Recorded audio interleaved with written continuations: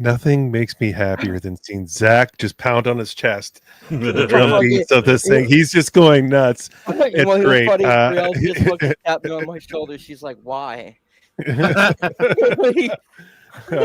Welcome everybody. Diabolical Souls presents. We're doing Primal season 2 episode 8. This one's a banger of an episode. I'm really excited to get into this one. This one has a lot of heavy content in it. Yeah. Yeah, Zach, we've had enough of your shit. Sorry, I didn't mean to, say something that might have offended her. The background noise. Yeah, at least she didn't say it's time to change diapers or something. There's a few things that that happened already. There's a few things that I'm really excited to talk about. The animation, the artwork, the sound for this thing. Yes. And of course, there's some Easter eggs in there that I'm going to point out that I noticed when watching this. So it's like really exciting to, dive into this one. And I wish Vex was here. Vex, I hope you're feeling better. Get well soon. We miss you. Yes.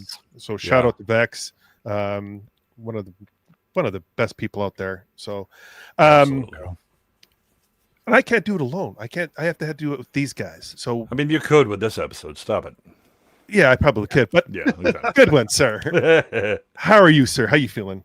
Man, I was this episode. It just kept going. I was like, oh no, oh there's one more. Damn it, they're gonna end on shit. Yeah. It took some restraint not to go ahead and watch the last one. So I'm just holding that up for next week. But we got some shit going on for this episode. Oh yeah, we do. And the chat is already popping off. So Nick, is it safe? I think so. Yes. Okay. If I somehow get knocked over, then there might be two small mini people running into me, but hopefully not. Oh, okay. All right. Yeah. My current situation, but no, things are lively. Things are lively. It's been a long day. It's been a long week. Yes. With trying to meet up with people at MegaCon and just dealing with personal life. But when I was able to watch this part 2 episode, and I kind of forgot what happened in part 2 in bits and pieces from the first time I watched it. But you hate the queen. She's definitely a big see you next Tuesday. Oh, indeed. The genocidal maniac, and you really feel for the characters in this one, especially Camus in this one. Yeah. Yes. It pulls on his heartstrings a lot, and you kind of get a little bit of a different sense in what motivates him, which is great to see this monstrosity's motivation, and obviously a lot of cool scenes, great colors involved, of course, in this episode. So it's definitely gonna be a banger. Yeah. Yeah. Oh yeah. And Blair, buddy, how you feeling? What's going on? Good. Yeah, I watched this episode and it ended. I'm like, no. yeah. But we'll get into it. You talked about how when we were back in the Primal Forest and it was just him, Spear and Fang, and now this season we're seeing, we saw the Celts and we saw the Vikings, and then the last episode we had the Babylonian thing. It really kicks it up a notch in this episode. You name a civilization, we're wrecking it. Yeah. Right. It was like boom, boom, boom. It's like, oh wow. Oh, we went there. Yeah. So, it's gonna be fun. We're gonna have a blast tonight. And of course we have the little guy down there. Zach. How are you doing, Zach? What are you drawing? I'm doing pretty good. I'm actually working on an emotional piece. Yeah, it's an emotional one, and I did finish the piece. I inked it up all the way up, so everyone this episode can see what they missed out on last episode, because that was a tough piece I was working on. What is it, Colosseum or Colossia? Colossus. This series, man, dude, it breaks your heartstrings with how much gets used and abused with these guys, and they just go so deep down with the destruction that I feel like you could tell how much humanity they start slipping away. So I can't wait to get into this episode because, my God, it's so good. It's so good. It's fantastic. And of course, guys, we can talk about this, but you also need to chat with us. And thank God they're here tonight, and they're bumping already. Taylor Gordon, first one in tonight. Thank you, Taylor. This episode definitely has one of the most horrific scenes in this show.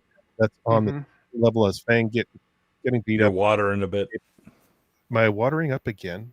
Am I good? Yeah. Am I good now? There you go. You're good now. You're There good you now. go. Level of Fang getting beaten up by the man ape gladiator champion. Yeah. This is going to be a killer episode. Literally. Scadia, Scadia Quartzmain, good evening, Gooch and gang, happy Tuesday. And before I go any further, since it's a bit early for Valentine's, but I want to say that you're all so awesome and I love every single one of you. Oh, thank you, Scadia. I appreciate Look that. at that. Yeah, it's very nice of you. Thank you so much. And we're happy to see you here. We're truly, truly, truly happy to see you here. Yeah, I mean, our community kicks ass. Stop it. I mean, we love them all. We're kind of biased, but I mean, yeah. Anyway, I'm so excited to dive into another Primal episode. The episode was definitely a bloodbath, just like the title of the live stream implies, and it was a bloodbath. The hour Primal is upon us. Yes, Taylor Gordon. The episode cements Queen Bitch as one of the most evil characters in fiction. Man, that scene with Queen Bitch forces Grego's here. What's up, Grego from San Francisco? Welcome everyone. Look who showed that up beautiful tonight. bastard. Yeah, amateur analyst. What's going on, brother? Miss you a ton. What up, fellow troglodytes? I hope to see you soon, bro. I'll message you. B-Man's in the house. What's up, B-Man? Great to see you, man. Blair's doing a shout out. Big Ship. Always good to see Big Ship in the chat. We got the biggest ships. We're gonna have the big ship. Oh, they're so big. Yep. He's here. Hey yo, on time. It's the biggest ship. Rio's here. Oh, Jamma's here. Let's fucking gooch. I'm hyped for this one. Yes, Jamma. That's 50% right there. Yeah, it is. You're right. 50% of the OGs. And we'll hopefully he'll make it in tonight. Nick is in the chat. Oh, look at this. Rick Costa. Hey everyone, what a great emotional episode. You made it, Rick. I love seeing Rick. Rick, I love your comments. Damn, I missed this episode. I'm gonna watch the replay. I appreciate that a ton, dude. I really do. I really do. Thank you for joining us. I'm excited to see you in the chat. Who else we got? Anthony Shaddix. What's up, brother? Makes me want to play the drums. Yeah. Well, if you would have seen Zach in the back room, yeah, he was just pounding that chest. Boom, boom, boom, boom, boom, boom, boom. He was going nuts. It sounded like sleigh bells, but he was doing yeah. Barbara's in the house. What's up, Barbara? Big Ship. Yeah, what's going on, Barbara? And she's part of B-Sides, so go check out B-Sides. Jacob Ironside. What's up, Jacob? If you don't know, now you know. Go check up Jacob Ironside's channel. Yep. Sub to the man. Let's get him to 500. Boosh is in the house. How many fingers is Zach working on? At least 3. Boosh. And I just got the reference. I was like, yeah. Adam, thanks for joining, Adam. Appreciate you. I'm thinking about doing Ghost in the Shell again at some point. So, oh man, yeah, you Goodwin definitely, and Platoon definitely going to be in there, and Niet, I'm sure. What's up, Adam? Go check out his channel. B-Sides roll, B-roll, right? B-roll stage or B-Sides. I love it. Both. Check out both. What's B-roll stage is the channel. B-Sides is the show. B-Sides is the show. Yes. And love it. What's up, love it? Always good to see you. Love it. And Barbara, hello, love you, panel. You too, Jay. Don't hate me because I'm beautiful. Gooch. I'm Gooch. You're Jay. Don't hate me because I'm beautiful, Babs. All right. Well, let's dive into this big bad boy tonight. Echo, Zach. Let me change this sound. So, the Colossus Part 2. We saw Part 1 where they got captured, brought onto this huge freaking ship, and Zach, is there a paragraph you have to read before you can mute? Or oh, my bad. It should work now. Thank you. So, Colossus 2, and we start off now. this beginning is like Oh, really, Yeah. really good. Like me and Goodwin are already talking about it in the back room. So for this animation tonight, the sound for this is incredible. The weight to the characters and the animation is phenomenal in this episode. And like the bass, like the combination is what I mean. yeah, You could watch this silent, and you would still see like the weight of these Yes. characters. But when the sound mix and everything they've done on sound design or whatever, woo wee. Yeah, there's the chieftain. He's reborn, and he rises from the underworld, and he starts to search for the group. He's thinking he's popped up in the right spot, and nope, they're not there. And then he realizes like he's just like all fire and brimstone, and he's just takes this huge hammer. Yeah, like you want to talk about like a great introduction. Look at that. This big, I guess he gets big Sith looking axe. Yeah, it's a big battle axe. Yeah, and he just takes it and a little too I like Oh, when he's look at walking. You can see the smoke. Yeah, following him. yeah, it's That just a was forest cool. fire is walking along. I also love it when he's walking in the river. again, the colors, the tones, Mm. man. Like that is just gorgeous right there. Like You can see he's glowing down there. Yeah, yeah. that's not the sun. That's him. Mhm. Yeah. Ghost in the Shell is good when approved. That's good enough for me. Oh, my brother. Ghost in Yeah. the Shell is like top 5 Goated, movies of all basically. time. Yeah, it's definitely top animated movies for sure. So yeah, this starts off like that. Again, like Tartakovsky with his colors, his color tones, his lighting, everything about this image right here is just bang on perfect. Like it's just incredible. Yeah. Nick, your thoughts in the beginning with like especially with the chieftain coming through the earth, being reborn. Yeah, I mean, you just see how much of this the vengeance train has started moving, basically, right? But you see just how much of a hulking monstrosity he is. I love the tone of this dark black and just burning red and orange coloration that we're seeing with all these grays and blues, you know.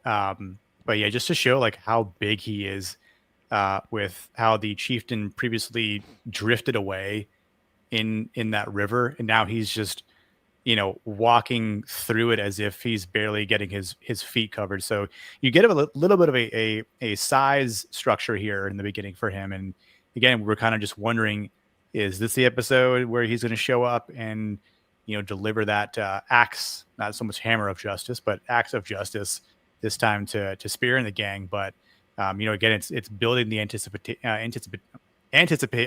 Wow, Gooch and E is here. Holy shit! Oh, Catching. Anticipation. It's Anticipation. I can't speak. Uh,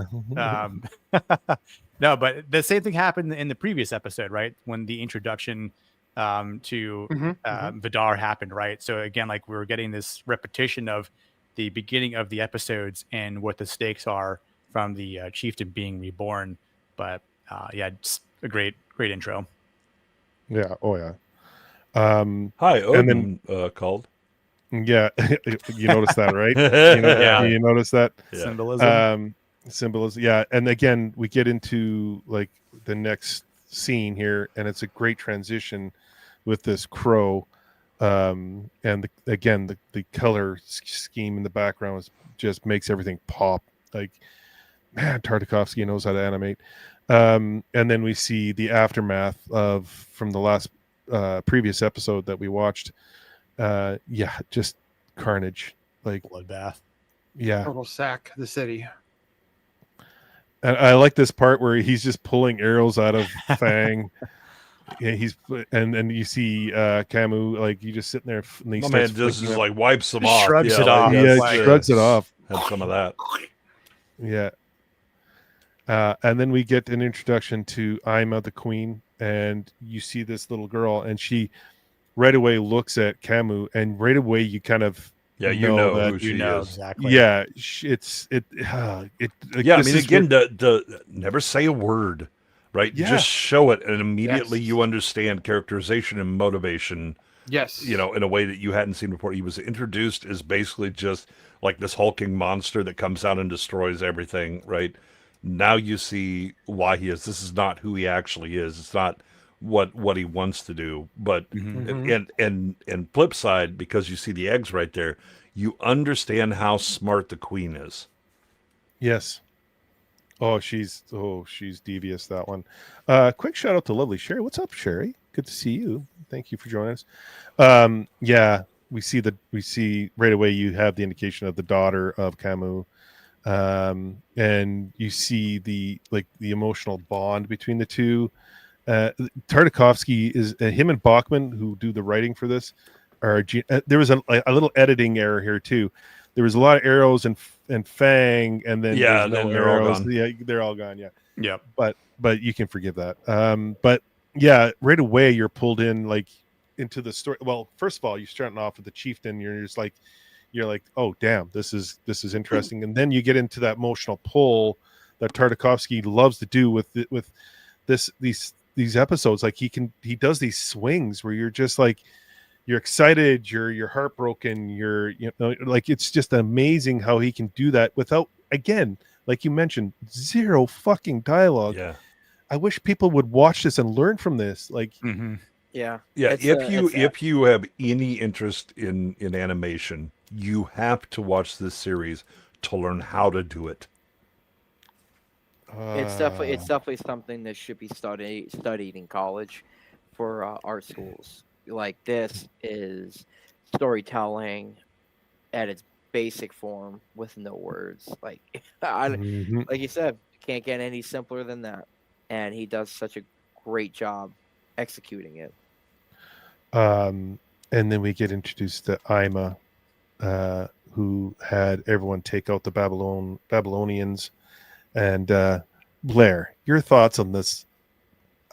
I could say so many nasty words here, but I'll just call her the queen. Itch. Yes, exactly. Long pause between the two, of course, but yeah. Well, you see, they've sacked this entire Capitol building, Capitol, killed everybody. They're piling all the treasure. She comes over and takes a look at all the gold and jewels, like, whatever. She wants something else. She wants something personal from people. And we see in the next scene, the king has this cub, like a cheetah or leopard cub. And she sees it and she gives a little smile, like, yes, that's what I want. She would sack the whole city just to get that cat. And everybody be damned. She literally has no care for anything other than her whatever whim she has. It truly shows how sick she is.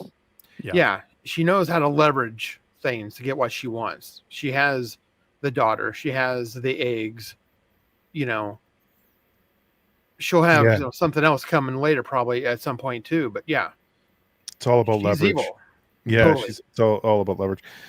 This is why we like Scotty here with these little snippets here. The leopard cub got to be some kind of Arabian leopard, one of the smallest subspecies of the leopards and natives of the Arabian Peninsula. I got that too. Yeah, I can see that for sure. It's like an old Asiatic lion when they still had them in Turkey and such. What is it about her? Is it the nose? I don't know. Because it The just eyes. looks like It's her mouth. The eyes and the mouth. Yeah. She just looks like My wife immediately was like, she got a bit of a bee face, doesn't she? And at first I was like, she didn't really look like, oh, you mean bitch. Oh, yes, it's resting bitch face and active bitch face and bitch face all it's the time. the nose, right? Yeah, you see it. Little smug nose. The eyes are they're too easy, but the nose just adds to it. She's just. I just want to say I would. We know. Big Ship, you're absolutely right. Because you're absolutely right. Oh yeah, touche. Yeah, she always has like that wrinkled nose, right? The who farted nose going on there. Barbara, with great power comes great responsibility. Use it well. It was a joke. Moving on. Yeah, moving on. And she wants the cub, and she takes it from the king. Yeah, See look at that smile? face. Oh God, Smug bitch. Dim eyes. Yep. Yeah, she takes the leopard. She does a little look, but look at that face. Like, damn, That's a B face for sure. Oh yeah, yeah, like that. I believe this was Epitome. the exact point when my wife decided. Yeah, And well, the king doesn't really make it out alive too well. Like no. yeah, But she got it off easy. He's like sweating too, like profusely before this part. You know. Oh like, yeah. Like am I gonna die? Am I gonna die? Yeah, bud, you're gonna die. Oh yes. Yeah. Sorry. See, you want to talk about stoic? This is stoic. Yeah. For people who are doing Ahsoka, Rosario Dawson, and all that, please Yeah. watch this. Not a single arm crossed to the chest. Yes, just a look. So yeah, he's watching, and he gets to finally spend time with his daughter, and you see Spear watching this all develop, and yeah, look at the love he has for her. Like it's just That's so precious. powerful. It is. She's got tears in her eyes, So does he. and when yeah, she leaves. Yeah. and there's the eggs, and Spears sees that the queen has the eggs beside her, and Fang right away starts getting upset. We got some echo there, Zach. Zach. Yeah. So yeah, and then he has to give her back, and it's torture. Like you just what do you For that do? brief moment. So much drama in that scene. No word spoken. No. Yeah. You And know yet, what everybody is thinking. Yeah. Yes. And then we Go get on. to the part where they're used as weapons to take out other. Rinse, repeat. Rinse, repeat. Yeah. They're taking out villages in Rome. They're taking out villages in China. They're taking out villages in Slavic lands, and a battle of the Philistine fleet. And it's the kind of like rinse.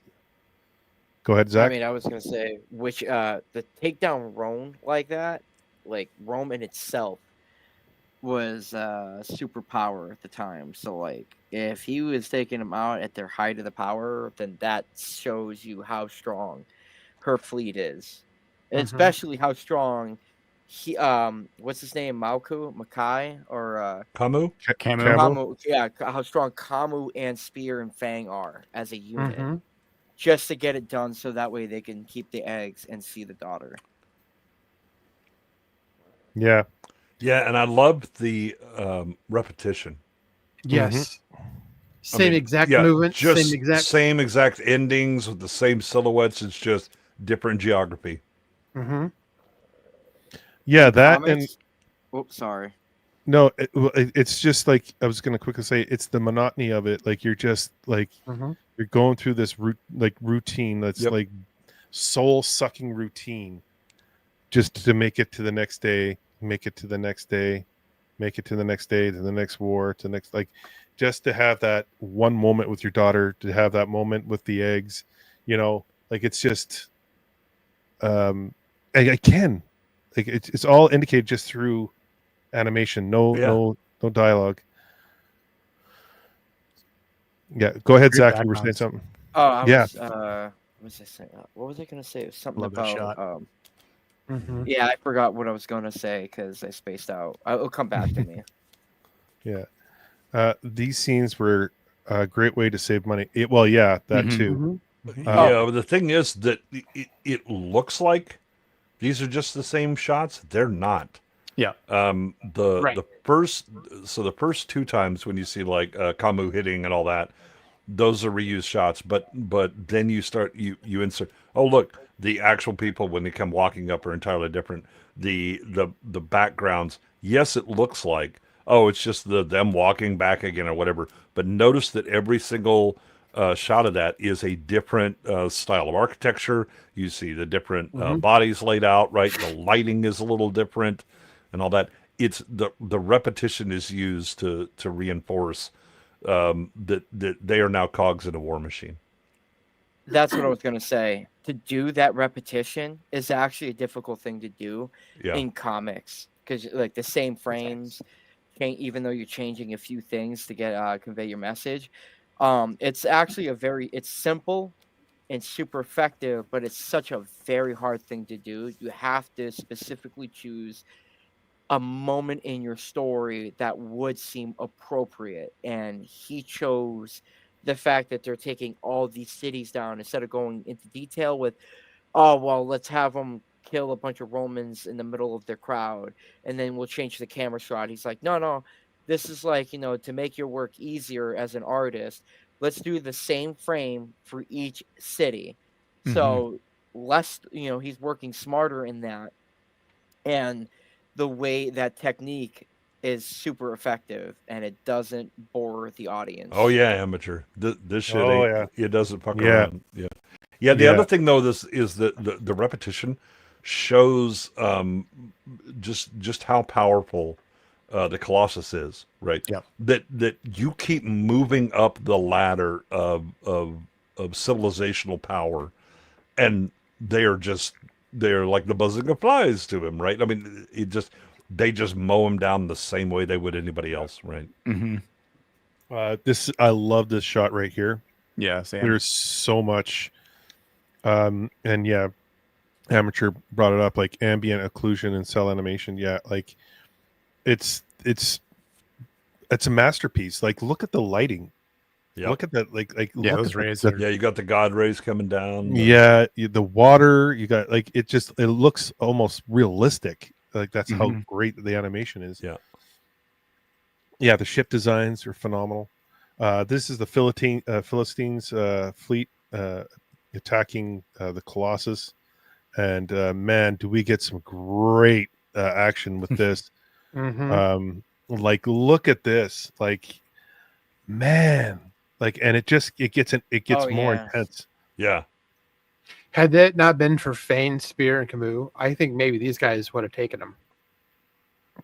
Yeah. Oh yeah. They sure. took. They would have lost if it weren't for the power trio.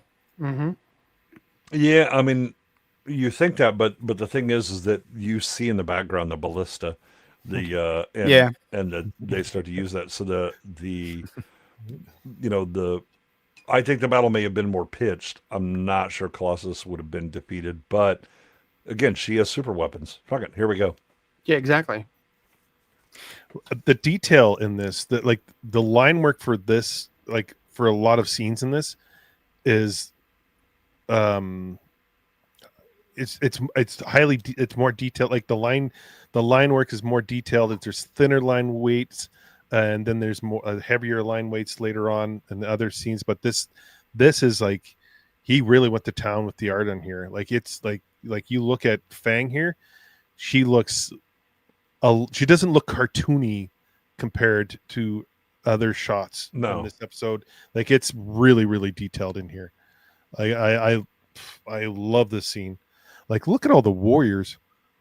Yeah, he's doing a clever thing. I'd kind of picked up on it a little bit during this battle.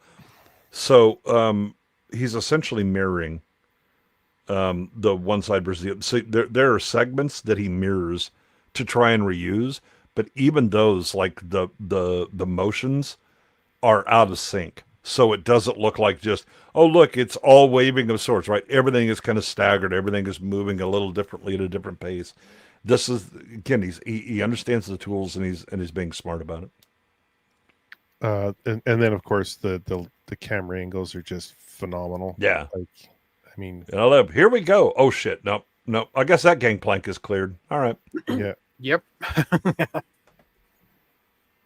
Like, even here, like the line weight is heavier, but it looks like rendered all like it's just done incredibly well here. Like, it's nicely done, although it is a little, sketchy down here. I think what he's doing is because that leg is in shadow, and so is the tail.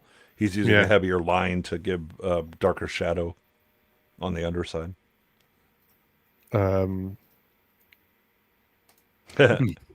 RTX, yeah. I think Adam says, "Tell Zach I love him." I love you too. I can hear the Pirates of the Caribbean score playing in my mind when I see this scene. The music for this, like the bass for this episode for sure is. Oh, my sub was doing overtime. Oh man. Oh, what's up, Matty Bar? Always good to see Matt in the house. Go check out his artwork. Phenomenal artist. Great guy. Great channel. Go check him out. Can't go wrong with Primal. No, you can't. It's Tartakovsky is a freaking animation genius in my mind. Imagine how awesome screensavers you could pull off from this series. Any shot. Any shot. Yeah. Yeah, Camus is just a beast in here, and then of course you got Fang, but again, like when we were talking backstage there, Goodwin, about the weight. Even with this scene, you felt that you were wondering about that gangplank was going to hold when she's going across it, right? Yeah. Even this part where they're pulling back on on the like giant. Yeah, crossbow, you hear the tension in the arms and the. Yeah, ballistas are no joke. Yeah, this is the great work here. Phenomenal. I like he picks I love these guys up. Yes, I'll use them as weapons, and the king's like, this is some shit right here. Oh, I have made a mistake. Yeah. And you see them burn down. Big regret. Yeah. And listening to the music above. Look at her. All right. So here's a little Easter egg I'm going to point out as soon as I see it. And it's I noticed it when I was watching this episode. So she's got this woman dancing, and the chieftain from the Philistine fleet is watching and not really impressed. The three people playing here, the harp, the drums, and the I guess you could call it harp, right? Well, the harp here, the string instrument, string guitar. I can. Well, yeah, but I can't remember the name of the actual instrument. So again, the colors definitely pop here. Like this is like an incredible shot. But if you look at her brooch, and we'll get a closer look later on here, because she gets up because she wants. There's Mira. And she's wanting her to dance, and she gets up right away, walks over to the king Philistine. When she starts dancing, yeah, side profile face, yeah, she starts dancing here, and then I want to get a good shot here of, she does something. She does a 300 right here. She kicks the king right off the edge of the Spartan, basically. Yeah. Why don't you go spend some time on the deck? Ow. Yeah.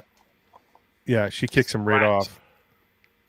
See if I can get that shot. Yeah, right there. She kicks him there. Perfect. Kicks him right off, and he plummets to his death. But then you see her. See if I can get a good shot of her. This right here. You see peace, this baby. It's all peace and love and happiness, baby. Upside down. Yeah, it's upside down though. Yeah, upside down. I thought that was a nice touch. Yeah. What's up, Hayden? Good to see Hayden in the house. What's up, Hayden? We got Thronkill here. What's up, Thronkill? Good to see you too. Thanks for joining us. And They Live. What is this crap? What are you talking about? They Live. This is like phenomenal. This is what? You made ZACK turn around. Yeah, They Live needs to put on her sunglasses. And, what? Yeah. Boy? Yeah. The queen might be evil, but she's got a fine body. As seen in the scene. Yeah, she's dancing around. She's got a great. She got that hip rotation too. Yeah, and a nice and thick on the low end. Jam was going to fix her, so we're yeah. See, I just know that if I had one night with her, she'll probably kill me right after. Boosh says, you said there was no dialogue. I swear I heard a couple of people. Bitch with snakehead lady walk by. Exactly. Amen. Yeah. Amen, Boosh. Yeah. I'm feeling primal about that Gooch. Oh, cannoli, you're making me blush. Stop it. You flirt. Yeah, we got 66 people watching. Thank you all for joining us tonight. She is just the most evil thing you could lay your eyes on, and she obviously gets what she wants. and she wants the music to start again, and she wants Mira to start dancing, and so Mira has to start dancing, and it's pretty awkward, but Look at that face. Yeah, I mean, I like the fact that she wanted her to before, and she's like coming up there, and it's just again saying nothing, but looking at her like, what the fuck? And Mira just looks confused. So the queen does the dance. Yeah, it's like face Gemma. I actually don't really think I could fix her hair. I was just trying to be cool. No. Yeah. Did you notice how old the cat was now? It's not a kid Yes, anymore. yeah. It's a full grown. A little bigger, Yeah. Well, that could be in months, right? Cats can grow No. really big within. No, like, big cats take a year or two to get full adult So- size. They've been doing some time here Yeah. doing this. Yep. Yeah, and then against rinse and repeat, and then they come to an island right here, which is a bunch of little villagers that are just peaceful people. They're not looking to cause any harm or This is weird because the vibe is Polynesian, but the architecture isn't. yeah. Right. Yeah, I was a little thrown off by that because I was like, where would this potentially be? Like even just within a made up. But I like the fact that these people, they know of her. They because maybe civilization's just been dropping like crazy. But they have like these tributes ready, and maybe when they saw her, he was like, "Y'all better get some baskets full of shit out here because." Do you think it's India, like Indian? So I was thinking too, because they have that a profile and that coloring, plus the dots. Yeah, it's just the architecture that's a little. Yeah. Looks kind of like African or. Yeah. Could you go back? I think a slide or two. Yeah. So it's interesting because that's the Eye of Osiris on the sail. Yeah. Right. Yeah. Which is the Egyptian god of afterlife, fertility, agriculture, and resurrection, which is like nothing of what she stands for. She's happy to introduce people to the afterlife. So yeah, the only thing is the afterlife introduction, but there's certainly no. She's been harvesting like a mother. She might be stealing the agriculture there. She's been harvesting bodies and cultures and anything they got, Yeah. Well, I thought that was really interesting because I'm like, why? I don't know why, like the choice to put the Eye of Osiris there, other than like just that maybe something that they worship, of course, and it being Egyptian, but still kind of cool. Yeah, they're just loving people, and they're like, please take our fruits or food, take the baskets, and she does. She takes them. She gets a Camus to actually take the baskets. And not really. Yeah. Well, he walks over and takes the. Yeah, he thinks so. I'm just gonna collect that, and she's like, "Nah, bro, no."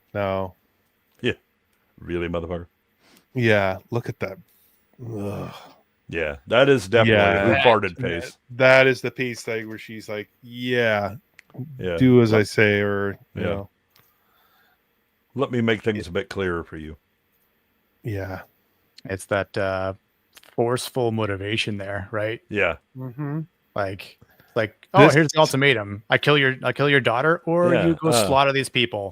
You want to play? Yeah. You want to talk about impact? Like this is, man, like this is like psychologically scarring and brutal, and he knows he doesn't want to do this. Yeah, and he struggles with this so hard. Yes. I mean, you see the eyebrows change multiple times where he's trying to deal with it, and this guy is just, here you go, and right there.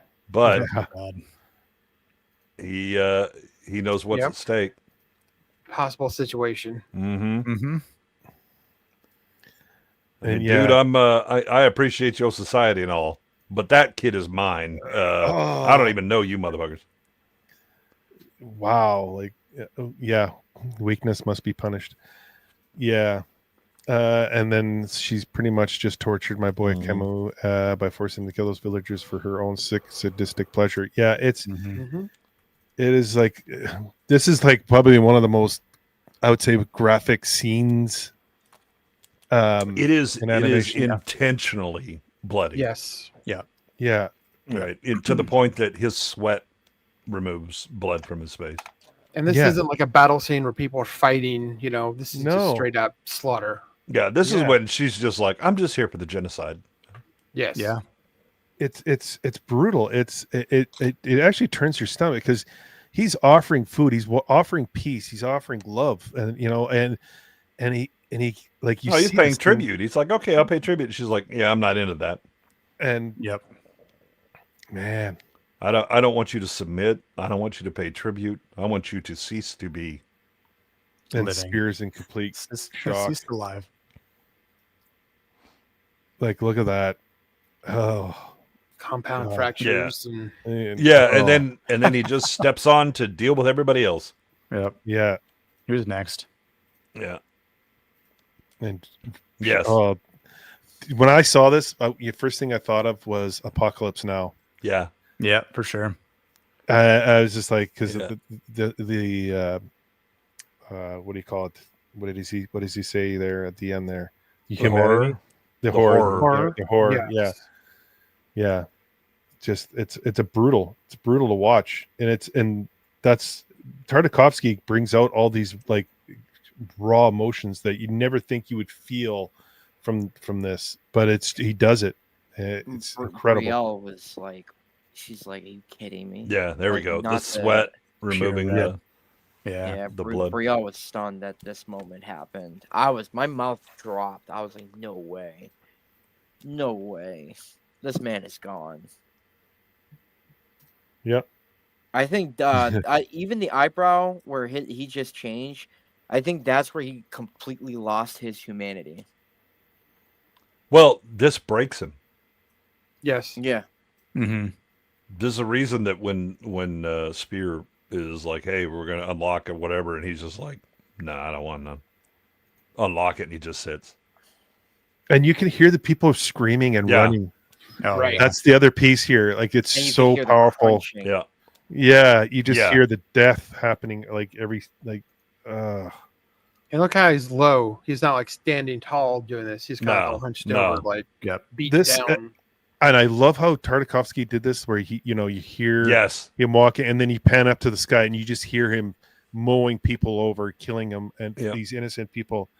And then we pan back down. We're back on the boat. Yeah. Yeah. Just brutality at it. Like, man. So yeah, Spear is like wanting to get out and thinking, I'm not signing up for this shit, and takes out the guard and steals the keys. And he does it right here.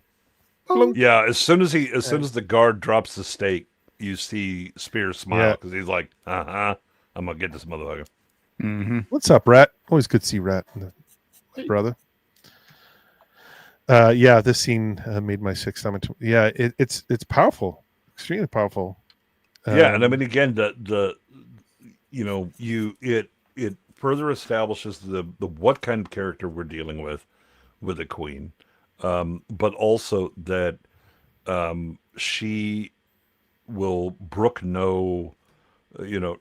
nobody pushing back against her orders or that it is, you will do what I say, the end, that's it, right? And she makes him do this, and you see him, because again, when you saw him when you originally introduced to him, you would think that this is just a thing he would do anyway, right? Just, here I come mowing through everybody, and it's no big deal, right? But once you see the daughter, you understand the humanity. You see him cry when she leaves or whatever, and you see him struggle with this, and it breaks him. Yeah, right. That there's a reason that as he keeps walking, his shoulders get hunched lower and lower. Right. He is simply going through, and his eyes get, instead of that furrowed brow and then I'm going to be intense. It's just his eyes. He has that 1,000-yard stare, and then here where Spear is trying to get him. Hey, let's go to that. Whatever. Nope. Yeah, he yells at him. He's like, he's yelling at him, but he's got that glaze. Yeah, he's done. Yeah, he's defeated. Like, he's broken. Yeah. And how do you come back from that? Yeah, taking complete human, like, All right, so this was a point in the episode where when I see, Spear and Camus, taking these heavy consequences, and granted that they're forced upon them at will, that even to me, the payoff for these characters, that even if they were to win and whatever they were going to do, he was going to accept heavy consequences in the future, because the amount of life, innocent, even innocent lives like that has to be paid. So I was just like, my gut was like twisting a little bit, knowing that something bad could possibly happen to Camus and Spear, for those reasons. I wouldn't say much more on Fang, because she's an animal, whereas with humans, they have more of that moral understanding that they separates them from animals and shit. So yeah. I like this scene where you're going through each floor. Yeah. And you're seeing. Gives you the sense of scale. Yes. Mm-hmm. And it's massive. Like there's the livestock, and he's crawling through. You saw the weaponry. You see the soldiers, Mm-hmm. and then more soldiers. Like you're getting the scale of everything. And then even when he's on the top deck, everything's massive on there, and he's just like, look at that. That's just huge. I love Can we how get they a Lego set of this, maybe? Oh, dude, Could you imagine? You're gonna need more Legos. I want a McFarlane Spear and Fang, so bad. Like, just give me that. Like, man, the Queen is a complete monster in human form. Yeah. Yep. Yeah. Yeah. So then, you see Spear climbing up to the floor, and he gets noticed while he's watching. He sees Mira, and he's noticing her dancing, and then Mira notices him. Well, the girl kind of notices him too. The little blonde girl. He sees the daughter, sees the eggs. Mira sees him. The blonde girl. It's Mira again. Mira narcs him out because she's standing there just like, what, whatever, and then the blonde girl's like, what's she looking at? Oh my god, damn blondes! Exactly. The way Spear first got a glance at Mira dancing Left Me Lancing, he got White so chicks swooned. ruin everything. Yeah. And it's always the blonde that causes the trouble, right? Or the bald, right? Man. Yeah. And then the fight is on, and Spear wastes no time taking out these guards. Even the leopard attacks him, and he takes him out. The part I dig a lot, and people can say, we got a girl boss, but I like this. She's queen for a reason. Yeah. Mm-hmm. There's a reason she's a warrior queen. Yeah. She knows how to fight, and she uses them legs to fight very, very well. And she can throw down. Yeah. And he's in complete shock. And then Mira, the battle. Again, camera angles, the shots, perspectives are done brilliantly all throughout this. And and then the door's open for Camus, and he still doesn't bother. And then Fang starts to hear everything rattle upstairs. The Queen, Ima, is taking out Spear left, right, and center with her movements. She's fast. She's quick. She's powerful with her legs. Mira takes the eggs and the girl and tries to run away. The Queen sees that. Ima runs after them, and then Spear chases after and tackles her because the guards are coming up the stairs. And look at that. Like, great shot. The guards are like, oh shit. Yeah. I love this bit. Yeah. But they're like, okay, should we go up? I don't know. Whatever. Clank, clank, clank, clank. Yeah. And this part right here, the clank, clank, clank, and then the head. Yeah. Oh, and the two guys look at each other, and I'd be like, I don't feel like going up here right now. No, I got some shit to do. Yeah, right here. I love the details. Like, isn't that the ISIS symbol on their heads? The goddess, not the Middle Eastern organization. I don't know. I mean, it's like the horns of the ibis. I'm not sure if that's actually the symbol or not. Yeah, Mira shuts the blonde up real quick. Yeah. Yeah. Queen bitch has ninja moves. Yeah, you got that right. Yeah, I mean the depth of this too, the way Tartakovsky makes it look like there's like hundreds and hundreds of men ready to battle, but really there's only like 5 guys there, and then just shadows. shadows. Shadows. Mhm. Yeah. Now they are fruitful and multiply when things keep going. Yeah. Mm-hmm. Oh, I love that. I didn't notice it when she was doing the dance, but the see-through Mm-hmm. Yes. and yeah. then the highlights up.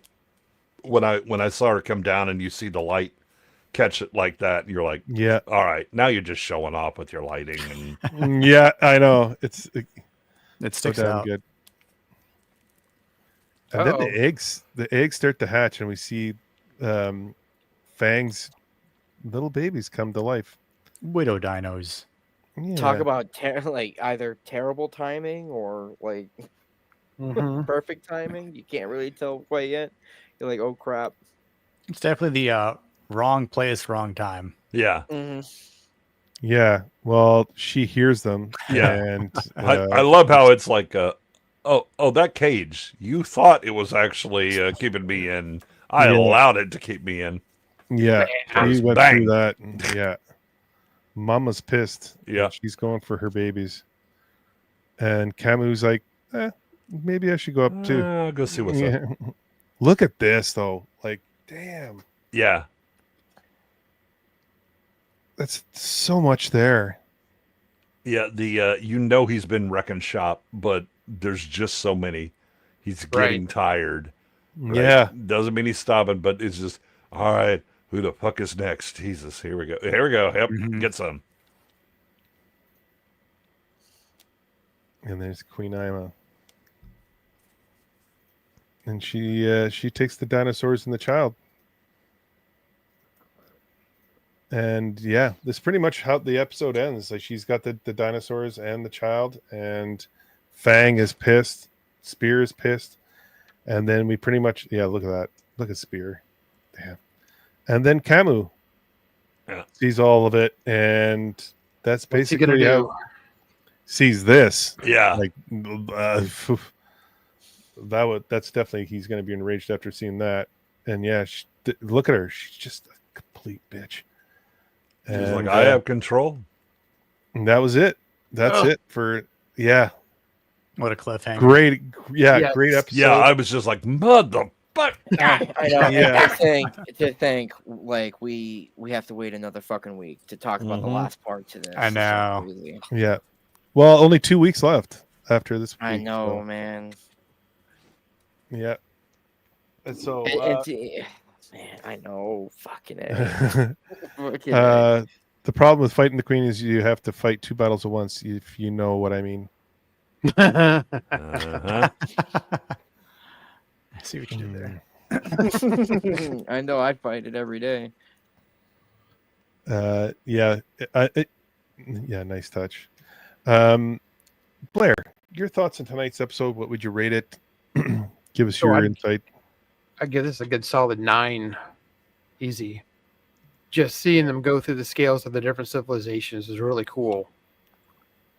And getting a sense of the time passing because of the cop growing up.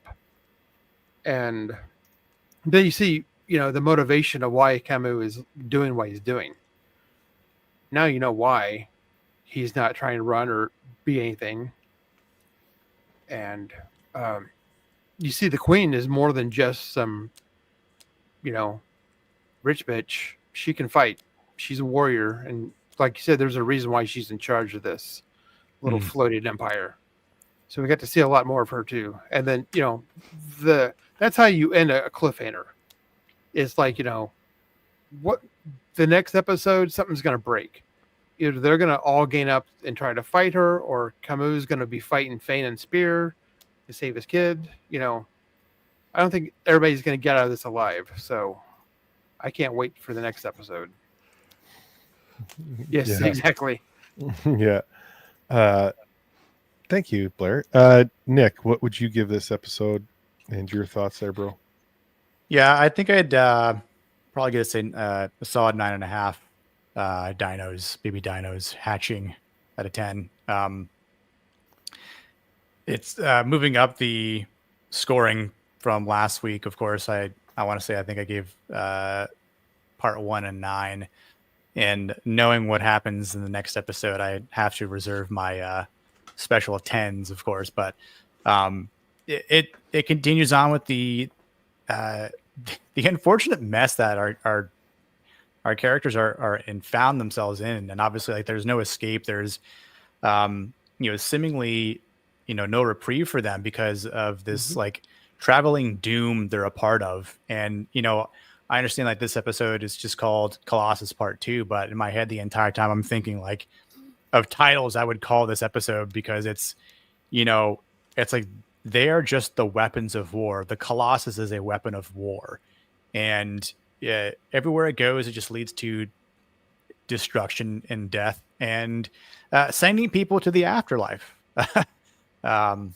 Much like the Osiris flag portrays as they sail across the seas. But it just has so much doom and gloom to it, and it's a little ironic when Fang's 2 babies hatch, and just like we said, it's wrong place, wrong time, and as all this death is happening around him, even when they're eggs, you see a bit of life come into play here, and you just fear for it. You fear for them. That we already saw one die, so we like hopefully nothing happens to them. But then you've got the Queen Bee, see you next Tuesday. Devil Viper Lady, Poison Terror, who just wants to manipulate them so they have no choice, right? It's like, well, you could either do as I tell you, or your kid dies, or your baby dino dies, or the love of your life dies. Spear, we'll just push her off a 1,000-foot boat, whatever, however tall it actually is. But it sucks to see them in this position.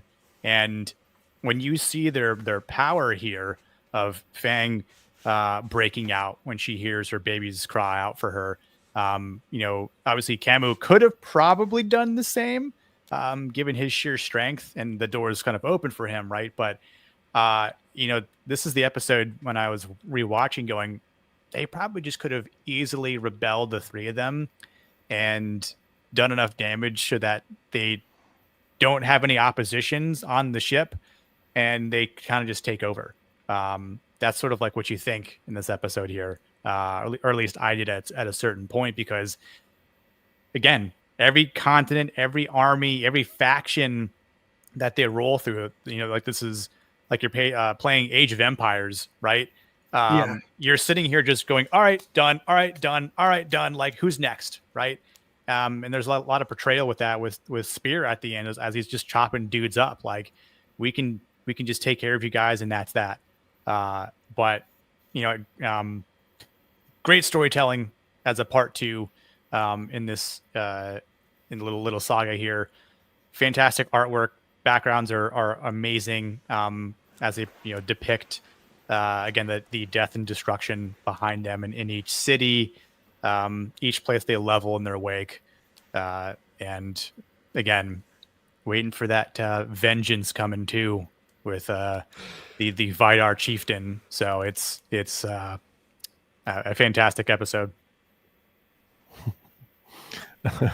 Jana, it's evil, and it also prevents me from ever beating Goodwin to the punch.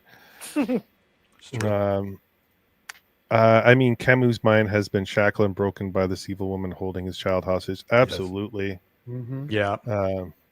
Killing people's like making chairs. G.R. Martin.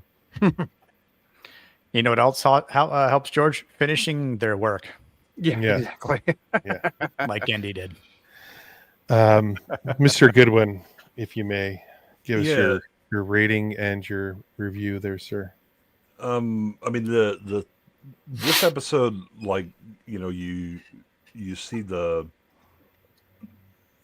cycle, where they're just cogs in the machine and all that, right? But The thing that really struck me was the amount of characterization you get for characters we thought we knew, but it's revealed that they have more depth, and their motivations are more aligned than you think.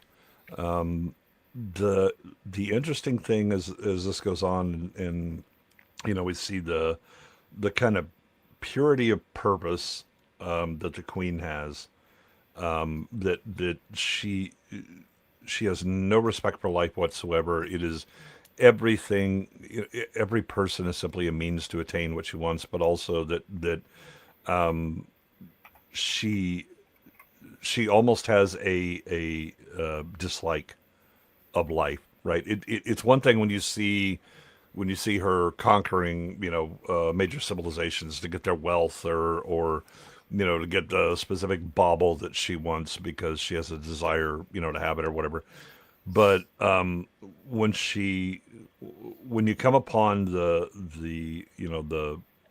society that is happy to give tribute, bends the knee, there's no problems. We submit entirely. We're peaceful, and she's almost disgusted by it, and wants it destroyed just because. And Camus struggling against that, and then having under duress to kill these people that pose no threat, that are the most innocent of people that you can encounter.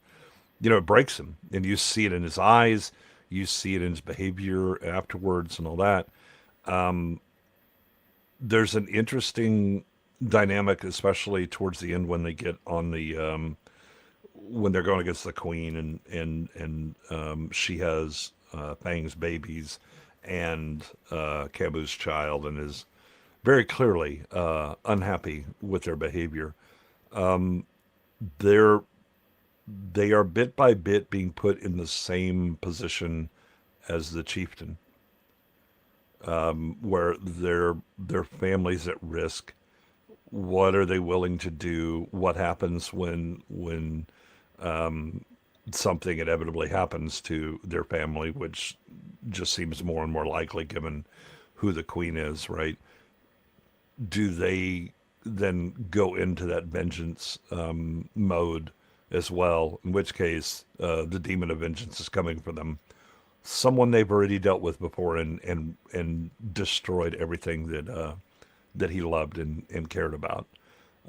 So, I mean, there's some real interesting moral parallels that go on with this. And then, I mean, it's almost boring to talk about how great Tartakovsky is. Yeah.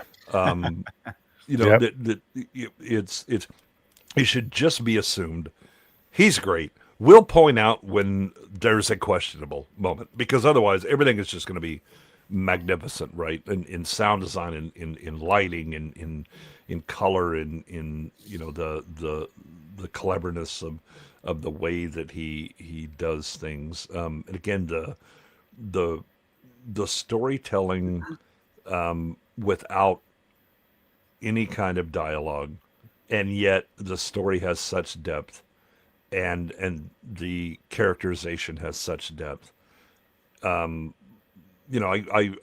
go back to what I mentioned, like when we first started watching this, where it was like, it is clear that he watched silent movies to figure out how to convey all of these things, right? And that the dialogue placard is unnecessary.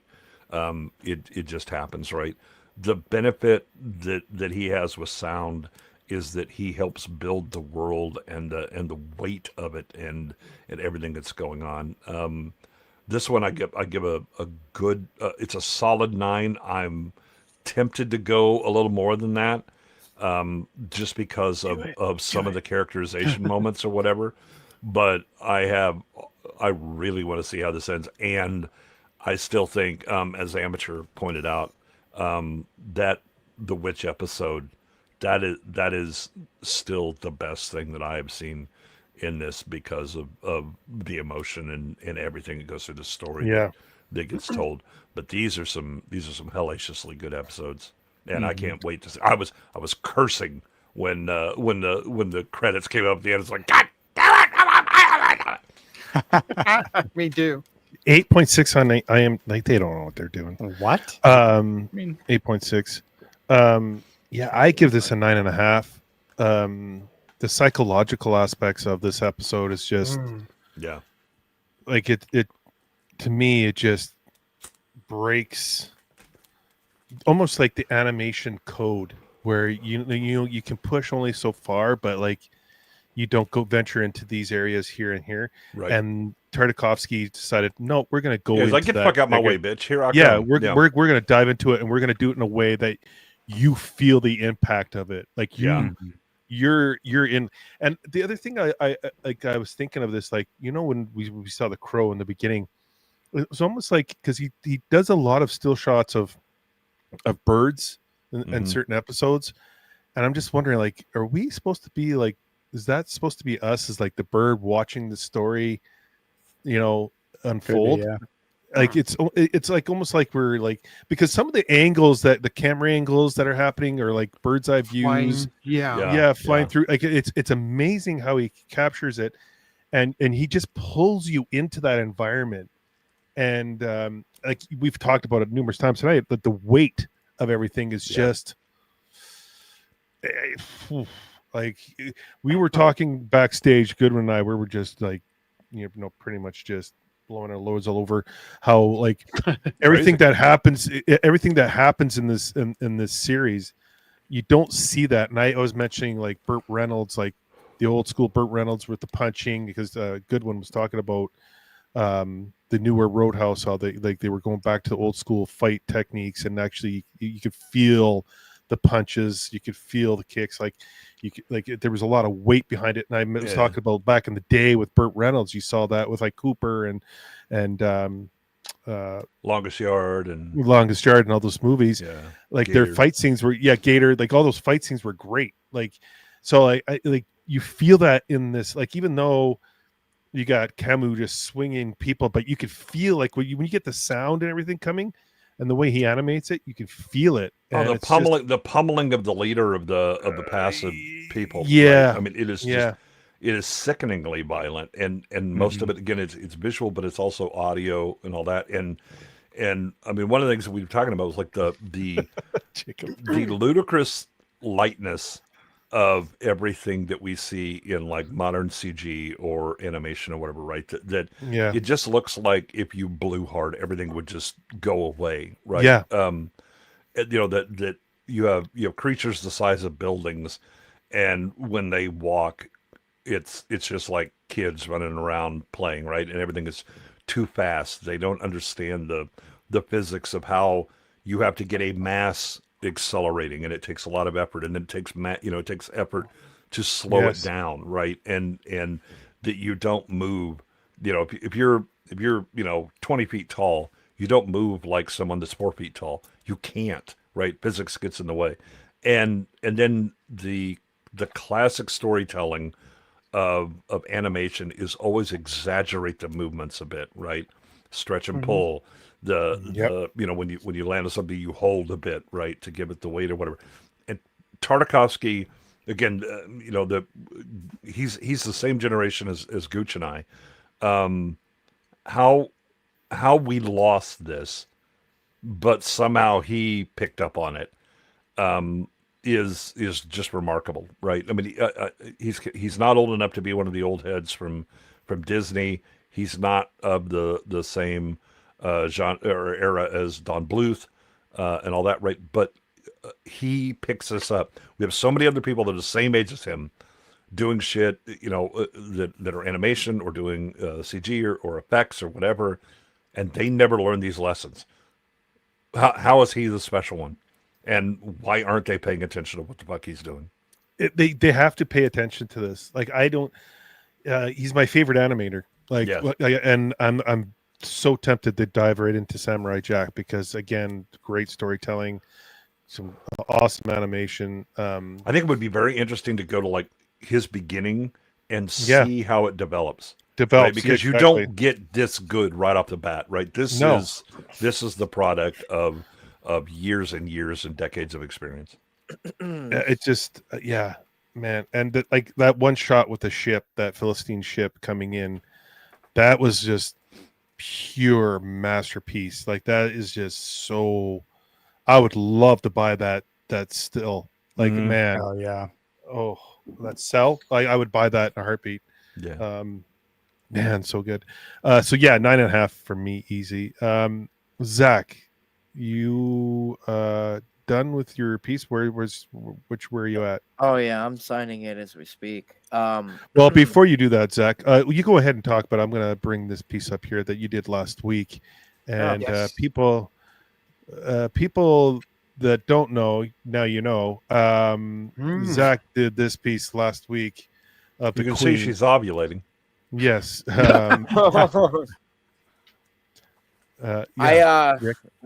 is a great episode. I mean the whole 4-parter. It's just amazing. Every episode is a 10 to me because it's all building up to something great. You know the payoff. Whatever is building in the end, it's going to be either it's going to be dramatically emotional. Whether it's going to be on leaning towards the bad side or leaning towards the good end, and just it's the fact that you can tell that he spent this time trying to make sure the story that was is easy. the way he wants it to, just blows my mind. So I finished this piece. I wanted to do an emotional one. That fabric is folded. I know. Yes, it's really wanted to touch creeping up somewhere. Yeah. All right, let's see there, Zach. Oh, look at that! Look at that! Wow, adorable. You'll catch the stream on video. Okay, nice. Thank you. So if I back out, just really wanted. That's to a show. beautiful, beautiful piece there, Zach. Yeah. That was very well done, dude. So I thought that this was more appropriate because I really loved the bond between them, and this guy, he needed some love. So absolutely, yeah, a lot of people love it, man. Dark closing in is wild. Yeah, the darkness closing in on them. Yeah, that's great touch. Zach is incredibly talented. He's been leveling up so much, and I'm extremely proud of you, brother. Like you thank you, dude. You're knocking out of the park. With the progress. I mean, just every episode you see, it's better and better. And it's Scotty, I'm already starting to cheer up. Oh man, yeah. If only we could work on his audio talents along with his drawing talents, then we would really be. No, that's that's good. I think that's my favorite. I think that's my favorite part of this 4-parter is the bond between the father has to his daughter. Because I mean, disregarding the fact that I have a daughter myself, but I mean, you could see more. I think there was more of a weight there than Fang trying to get her babies. Like because she's a fucking T-Rex. She's gonna get them. But whether or not the daughter was going to survive or not, I was like, we'll see how that goes. Well, not evident. I mean, think about is he now ashamed enough that he doesn't think he's worthy of that love, right? Because of what he had to do. Yes, he's doing the thing to protect her, but he's lost something of himself. Yep. Well, it also sets up for. It actually comes full circle to like the very first episode in season 1, but it also sets it up for Fang and the love she has for her kid, for her babies, right? Yeah. So like you're seeing this an emotional bond and Spear being torn between two things. There's a lot of setup here, and again, he gets the stakes keep getting raised. The emotional depth and the characterization just keeps getting. You're like, this.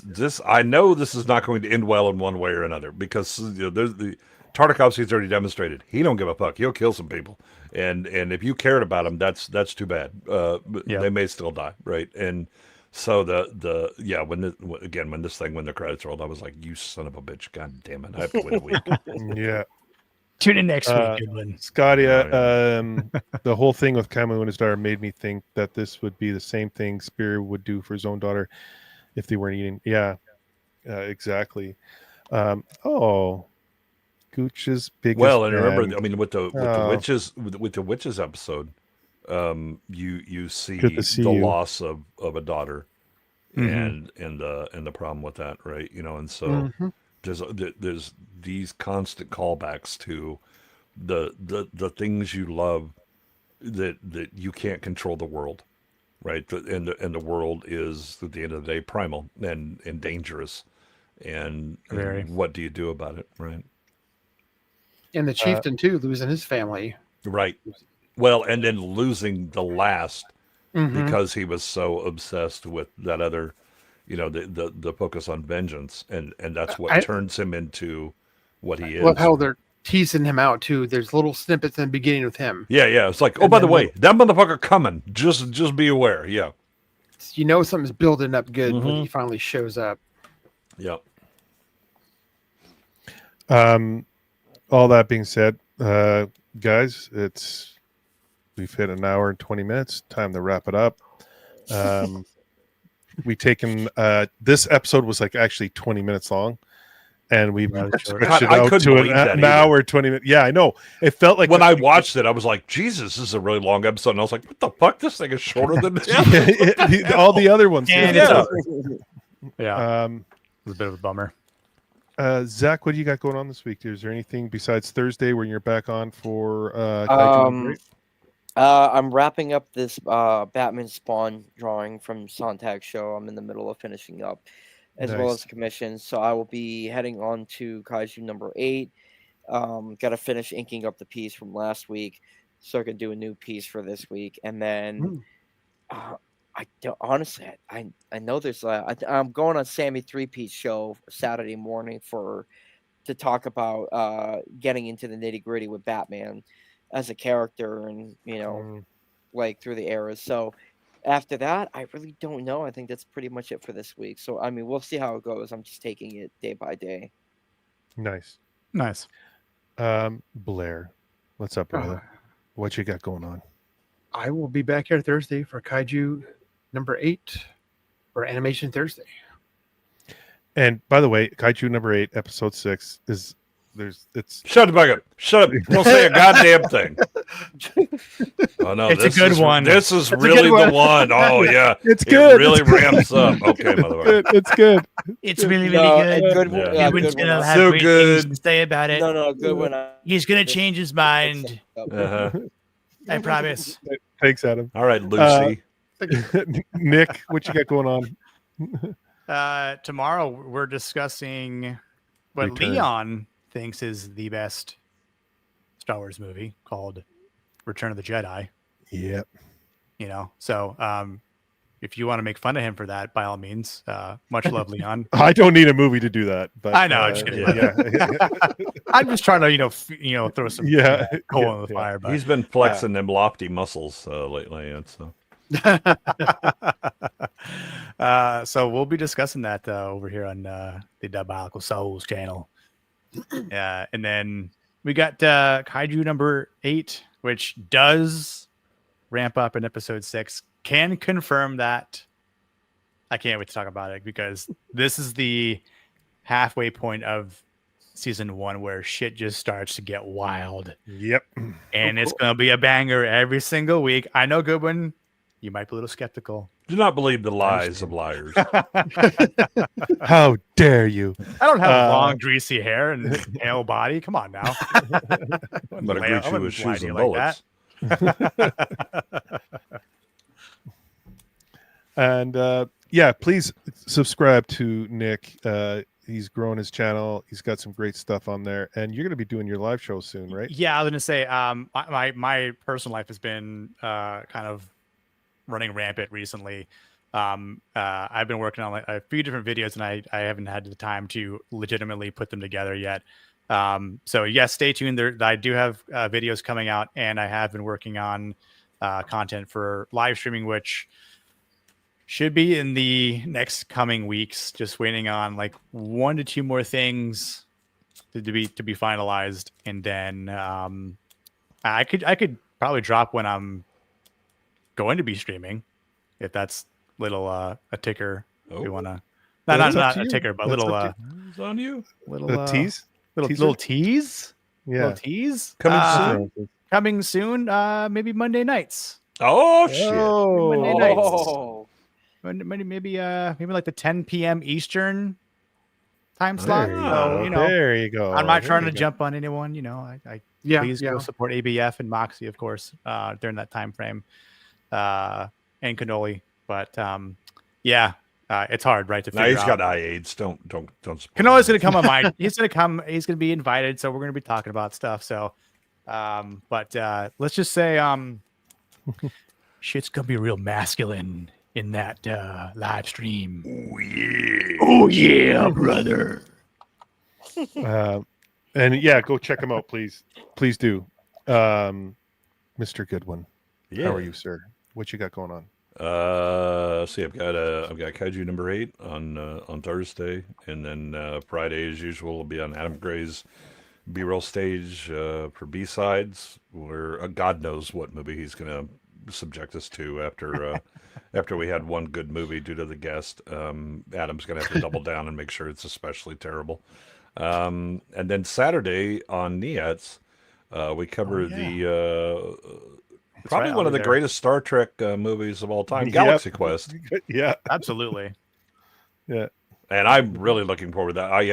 I'm the one that suggested that to him, and he was like, "Oh, yeah, that's pretty good." And I kind of made my case, and he was like, "Yeah, you're right. Yeah, we got to have that." So I'm very amped about that one. Well, we've had a lot of fun the last few weeks going over these movies, Oh, like yeah. Starship and Lethal Weapon and Hellboy. That was a good one. Well, that's because we put the Alien and Predator franchises in our rearview mirror as those things turn to shit very quickly. And as for me, just show up tomorrow. We're doing Return of the Jedi, the last Star Wars, anything that we're going to do on this channel. 50% of a good movie. But I've been watching Return, and just like it's actually way better than I remembered until the Ewoks. That's when it's like I don't care for the Ewoks, but I know someone who does like the Ewoks, and I'm sorry. Sorry. Yeah, exactly. You want a good belly laugh? Watch Kaiju number 8. Correction. Watch Goodwin get mad at Kaiju number 8. Yes, because he loves it when we do this. नाम याद रखना समझ गई ना बच्ची बच्ची बच्ची I'm gonna be kicking you in a diner at some point in the near future. Kaiju number 8 on Thursday. Friday you can catch me with Turning Kuchinese. And then of course late night with Gooch and gang on Sunday nights. This Sunday night Bo DeMayo's with us, and Mr. Joe M. Sontag's going to be here as well. So come swing on by for that little show. Just a couple of people, small YouTubers just having some fun. But yeah, all that being said, thank you so much, guys. I want to thank the panel, the chat. You guys are awesome every freaking time we do this. I appreciate all of you guys. And I think there's only one thing left to say, I guess. It's Stay Gucci, man. Stay Gucci. There we go.